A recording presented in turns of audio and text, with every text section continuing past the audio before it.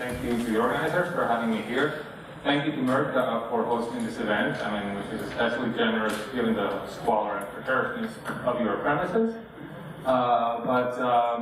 Before I start, I'm going to basically give the punchline away so that if some of you guys need to go on and go to other meetings or want to do something else for the rest. The message of this presentation is basically droplet digital PCR can enable you to be extremely sensitive to detect any of the gene editing events that you are looking for right now, be it homologous propagation, NATJ, and even off-target effects. We can do this with an extreme degree of precision and sensitivity. So that's it. That's the punchline of all my talk. And if you want to know how we actually back those claims, then you can stay for the next slides. So I'll have a brief introduction for those of you who are not familiar with droplet digital PCR. At the core, droplet digital is basically a technology that takes complex samples and subdivides them in manageable subunits. And these units are the droplets.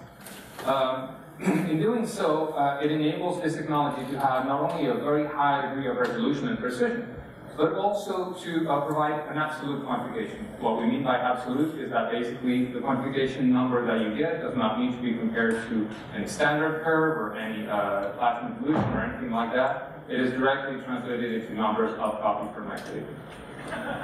So that's the platform. I wanted to thank Suzanne, who already introduced part of this, so I'm going to go very briefly through it. But yes, this is the instrument that you have seen already. This is the droplet reader, the manual droplet generator, an automated droplet generator, which basically replaces this baby and does everything for you. And then a suite of consumables and reagents to fill your needs.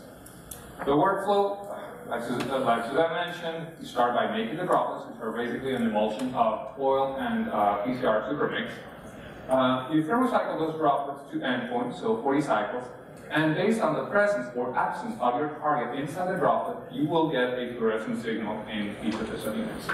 You then read those droplets in the reader, which acts like a flow cytometer with oil instead of water. And each of the droplets will be read for its fluorescent signal, which the software will then translate into numbers of copies per microliter. The type of data that you get looks roughly like this. There we go. This is a typical example for a 2D duplex experiment, so using two targets simultaneously. And so over here at the lower left corner, you have your empty droplets or negative droplets. These droplets are positive only for one target. These droplets are positive only for the second target. In these droplets in orange here are positive for both targets. The software will basically calculate thresholds and separate the clusters depending on those. Anything north of the horizontal threshold will be positive for target 1. Anything to the right of the vertical threshold will be positive for target 2. Finally, the data will be output in several different manners. You can either have table output, which gives you, in particular, the concentration up for each target and for each well, or several different graphs. In this case, this is a serial dilution for one of the targets while maintaining the other target constant. That is it for the introduction on droplet digital. If that was not clear, I don't know what's wrong with it. So, moving on. What can droplet digital do for you in genome editing experiments? Like I mentioned, can basically do everything except design your CRISPRs or TALENs or ZFMs. So these are the main different outcomes that are usually sought after for digital genome editing experiments. You either have your introduction of large inserts, like your DFE tags or your antibiotic resistance genes, introduction of small point mutations, or actually introduction of indels by NATJ. And droplet digital can basically quantify very sensitively all of these events and more, actually. So. So these two designs here illustrate how you would proceed to quantify, for instance, a large insertion. So in this case, you would design an assay with at least one of the two primers sitting outside of your donor molecule, and the probe and maybe another primer detecting the insert, so your GFP or your transgene. This chimeric assay will only detect inserted genes instead of free donor. Finally, here you have a type of assay that you could use for detection of small single nucleotide polymorphisms. And it's basically the same concept. So out of the 2 primers, one of them needs to sit outside of the donor. And the 2 probes will differ only by 1 base pair. This is, I believe, what Suzanne and her colleagues have been using for characterizing their cell lines, as well as other people. This next slide is an illustration of how Bruce Conklin and his team at UCSF have made use of the technology in their genome editing experiments. So Dr. Conklin and his lab were basically looking for a scarless edit of iPS cells that they then wanted to differentiate into cardiac myocytes. They needed a selection method that would not involve antibiotic resistance or anything like that, and therefore they used, like Suzanne did, drop a digital PCR to detect the SNPs that they introduced in their iPS cells. In doing so, they basically went from their transfected cells that they then plated into a 96-well plate. They screened this first 96-well plate, and you can see that the frequency of modification is extremely low, but still detectable, down to 0.02%. You can see here, this is the best well, it has only 4 positive droplets, but they could select those positive wells, expand those, and then in the next round of culture, you can see that they reach an average of about 0.7%. Same thing, you select those positive wells, go to the 3rd round of culture, and then finally you're reaching numbers of about 7%. In doing so, they actually cut down the time for cell culture by tenfold. And they ended up screening only 11 clones instead of 2,000 like they were doing by qPCR. This allowed them to generate a larger number of cell lines, and currently, they, at least at the time of the publication, they had 20 independent clones that were generated like that. So that was the easy part. So detecting a known sequence is actually very easy because you know what to look for. What is actually a little more complicated is when you don't know the sequence of. And what I'd like to present right now is a new type of assay for quantification of NHEJ mutations. So you're all familiar with surveyors and GeneArt and all those other tools that allow you a certain degree of quantification for NHEJ, but that sensitivity is a threshold. I believe you cannot really quantify much lower than 10 or 5% of events. With this design, you can actually go much lower than that. So the concept of this drop-off assay is basically to design an amplicon around the edit site. This amplicon will contain 2 different probes, one probe which will serve as a reference and is a little bit off-center from the cleavage site. The other probe will sit right on top of the predicted cleavage site. And what you're expecting to see, got it? I'm going to get good at this at the end. What you're expecting to see is all this different type of species will be generated by the NHEJ repair. And in cases where you're introducing small insertions or small deletions, this second probe will actually lift off. It will not hybridize and therefore not give you a signal. So when you translate that into a 2D plot, what you're expecting to see is here the majority of your population here are wild types. These are double positive. They still hybridize both probes. But when only one of the probe hybridizes, then you know that you're dealing with the mutated allele, or your NHEJ species. So we designed an assay against the published target, where we already sort of knew what kind of mutations, where the cleavage site was, and what kind of mutations to expect. So we designed the assay for that. And sure enough, the results were extremely nice in matching our predictions. Over here you have your wild type control with exclusive double positive droplets in green. And over here you have a population where we mixed about 1% of mutations with the wild type background. And you can see, again, your wild type cluster, and then in blue, a cluster of single positive droplets, which relates to your NHEJ events.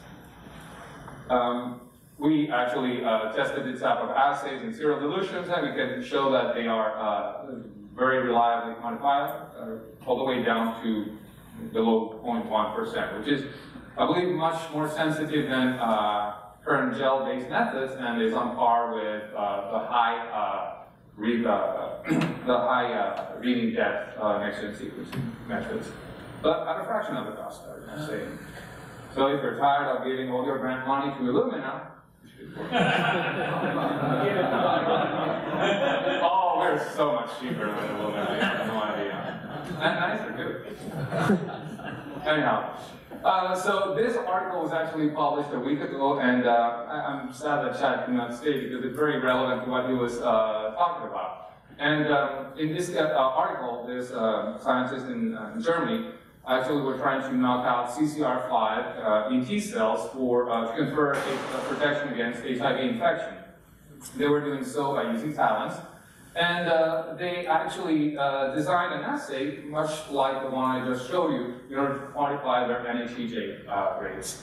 And the results were actually surprisingly, or unsurprisingly, very good. So this is the design of their assay. Again, you have your reference probe or NHEJ insensitive here with hex. And then in FAM, they have a drop-off probe at NHEJ sensitive. You can see in this 2D plot, you have your wild-type double positives here, and then your single positive here, which are basically the indel-containing alleles. They actually did a series of transfections. In this case, they actually transfect talent mRNA, and they see an extremely good correlation between the amounts of mRNA transfected and the percentage of knockout in those cells, from 0% to about 55%. They decided to actually check to validate actually these results by ddPCR and other methods, and they compared this with flow cytometry. So CCR5 being a membrane receptor, it can actually be detected and quantified by flow. And the results were very much concordant, actually. And they also did the same validation by next-gen sequencing, and again, an extremely good correlation between the two methods. So much so that, and I like these quotes, they determined that digital PCR is a very dependable approach, that is fast and inexpensive. I point this out for some of you who laugh when I say that. So they also validated this by functional assays. So they took T cells from 3 different donors and transfected the mRNAs for talents, and actually challenged the T cells by a lentivirus that contains the HIV envelope and an M-cherry reporter. They saw about a 47% reduction in infection rate for the treated cells, which correlates very well with the 47% increase in NHEJ that they found by the drop of digital PCR. Finally, just like Chad did, they found out that their talents had a certain level of homology for CCR2, which is another chemokine receptor. In their case, they found that each of the talents had only 3 mismatches, so totaling 6, and they wanted to analyze what the rate of off-target effect was for those talents. So they designed a similar type of assay, a drop-off assay for CCR2, and lo and behold, these are the results that they correlate here to NGS and get extremely concordant results, all the way down to somewhere between 0.2 and 0.3% here. So their conclusions was that basically in this model where you already have characterized the most likely off-target target gene, you can actually use droplet digital PCR to assess your rates of off-target knockout. And so, continuing with our Bruce-Conklin collaboration, so the DBC had actually reached out to Bruce after he published his article, and we said, hey, we can help you. So we started designing drop-off assays for them, and they worked really well. But Bruce decided that he needed a little more, because he wanted to be able to quantify both events, both NHEJ and homologous recombination, in the same well. So we came up with this concept of a total edit assay, which combines these two in the same well. And the way we do this is by creating this type of a model where you have one amplicon that contains a reference probe here in FAM, an NHEJ probe, so this is right on top of the prediction cut site, and another FAM probe that detects the edit. There's another probe here that I don't talk about, but it's a dark probe, basically in order to ensure the specificity of your HPR probe. So what does this look like? Well, again, your wild type population here shows only double positive droplets. But when you actually test transfected cells, what you detect are actually your double positives in green here, your population of NHEJ in blue, And in HDR, the triple positive cluster, which has therefore a higher level of fluorescence in PAN. So this enabled to quantify both events simultaneously. We showed also that it demonstrates a very good sensitivity. The limit of detection in this case for MHD was about 0.1%, for HDR for about 0.05%. And we expanded this design to several different models. Bruce also started, of course, he started working with wild-type Cas9, but he moved on to test the cases or talent or talent with Club1, etc. And he basically wanted to assess the relative ratios of HDR and NHEJ in those models. And this is a summary of the results that we found, which actually point out that in this gene and for these cells, talents seem to have a better ratio of HDR versus NHEJ. So, conclusion, like I said, digital PCR is probably the ideal companion technology for genome editing. It provides you a degree of sensitivity that you're not going to reach with a lot of other methods, or if any, or at least not at this level of throughput and cost.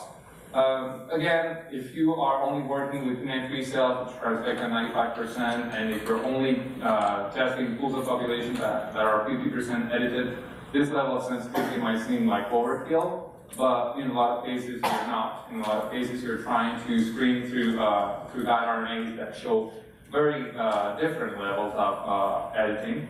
And another point that I wanted to mention is, for those of you who are interested in gene regulation experiments, the precision levels that digital PCR confer allow you to actually detect significant changes as long as they are above 10%. So if you're looking at a model where you have a partial transfection efficiency, but you still want to see if there is an upregulation or a downregulation of your gene, you may want to move away from a model from a technology that only allows you to see two-fold changes. I'm done. Thank you, guys.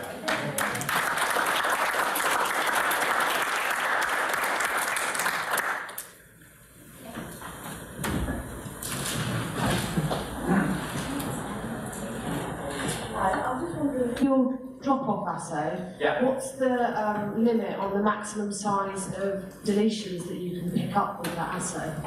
So the maximum size of deletion is probably related to the size of the applicant that you actually decide to design. We've had success designing applicants all the way to 2.5 kb, although they are a little more challenging. You have to do more optimization on your thermotyping conditions. So if you are worried that you will actually have deletions so big that that could affect it, then you could design a larger applicant, but that might require a little more optimization. I would say, given the data that I've seen on this average size of mutations from indels, the vast majority are small insertions or deletions. No, you're shaking your head. I don't know what I'm talking about. I saw a slide from Horizon where after their next-gen sequencing data, they did see some large deletions, but they were not the majority. We've now detected deletions up to like 3.5 kb, so... and you need to design a larger applicant? We do. Okay. But yeah, it's feasible. Dr. Corley? Going in the other direction, if most of the indels are just one nucleotide increase or deleted, can your probe differentiate? Yes. Yes, very much so. So we've the detection of small differences like that, we have perfected the design of our probes very much so. And one nucleotide is actually no problem. Actually, I would say sometimes a little bit of a larger insertion can be a problem because you could have a stem loop that happens and the probe is still hybridized, but that's rarely the case. One nucleotide, as long as you design a short enough probe, this goes back to what Keith John was mentioning this morning about short guide RNAs having better specificity. Shorter probes also have better specificity. So try to design a cold probe. When you say shorter probes are short, are these usually 10 nucleotides, 20? Not 10 nucleotides. They still need to be, but I would probably suggest, if you're familiar with TAC, you usually design your probes to be about 10 degrees higher in melting temperature from your primers. Try to design them just 1 or 2 degrees higher. So that usually equates to about the same size or a little longer than your primers. So if your primers are about 18 nucleotides long, you could have a probe that's about 18, 19, 20 nucleotides. That's a good fit. I was told you can use that technology to determine the number of copy of the gene, number of chromosomal copies of the gene. in a given cell. Can you explain how that would work? That's correct. Well, the copy number analysis is one of the main applications for the technology. So you basically design an assay where one of your target, your gene of interest, resides on the chromosome that you're looking for, and you have a reference on a different chromosome. So you'll do the droplet digital PCR, and the ratio that you'll get will be related to the quality. So if you have twice the number of droplets or signal for your gene of interest, rather over the reference, then you know that you're tetraploid versus the default reference. So yeah, that can be checked. And that can be checked as well when you establish a cell line. You want to know the number of transgenes that you have there. You should do a copy number analysis to know whether your transgene is there in 1 copy or 2 copies, or 3, 4, 10, 20. Can you elaborate on the high throughput? What is the format? Yeah, so the format of the machine is 96, can study about 96 samples at once. So, and remember, because it's an absolute quantification, you don't need to use any of those wells for standards. So you can definitely study 96 samples all at once, if you don't regret, because which usually are not needed. So the time that it takes from beginning to end to get your data is a little longer than qPCR, but it's still about 4.5 to 5 hours. So if you stagger different experiments, a regular user could probably go through 3 or 4 plates a day, so about 300 to 400 samples. Thanks.